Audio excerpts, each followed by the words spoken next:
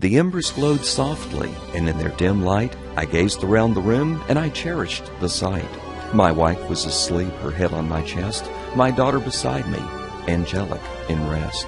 Outside the snow fell, a blanket of white, transforming the yard to a winter delight. The sparkling lights in the tree, I believe, completed the magic that was Christmas Eve. My eyelids were heavy, my breathing was deep, secure and surrounded by love I would sleep. In perfect contentment, or so it would seem. So I slumbered, perhaps I started to dream. The sound wasn't loud and it wasn't too near, but I opened my eyes when it tickled my ear. Perhaps just a cough, I didn't quite know. Then the sure sound of footsteps outside in the snow.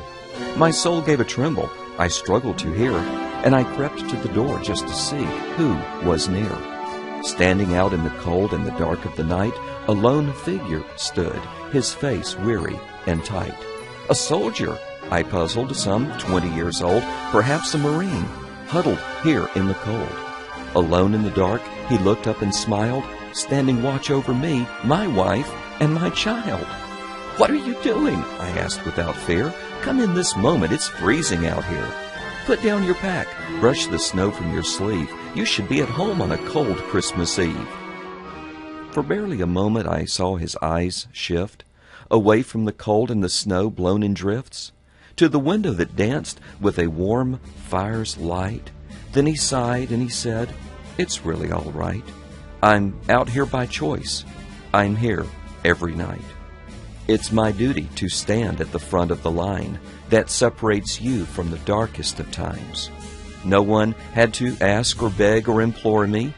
I'm proud to stand here like my fathers before me. My Gramps died in Pearl on a day in December."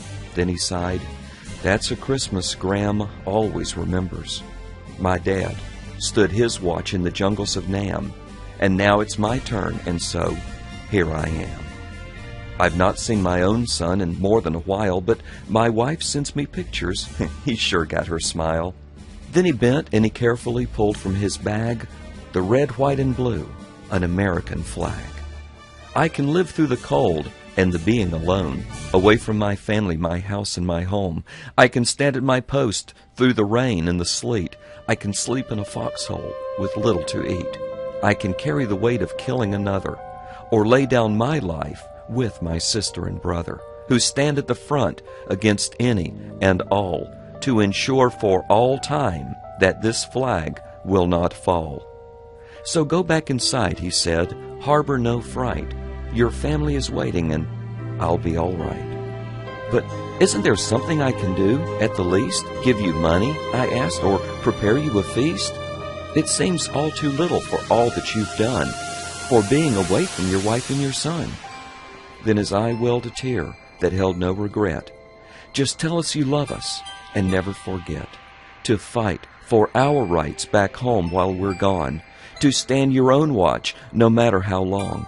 For when we come home, either standing or dead, to know you remember we fought and we bled is payment enough, and with that we will trust that we mattered to you as you mattered to us.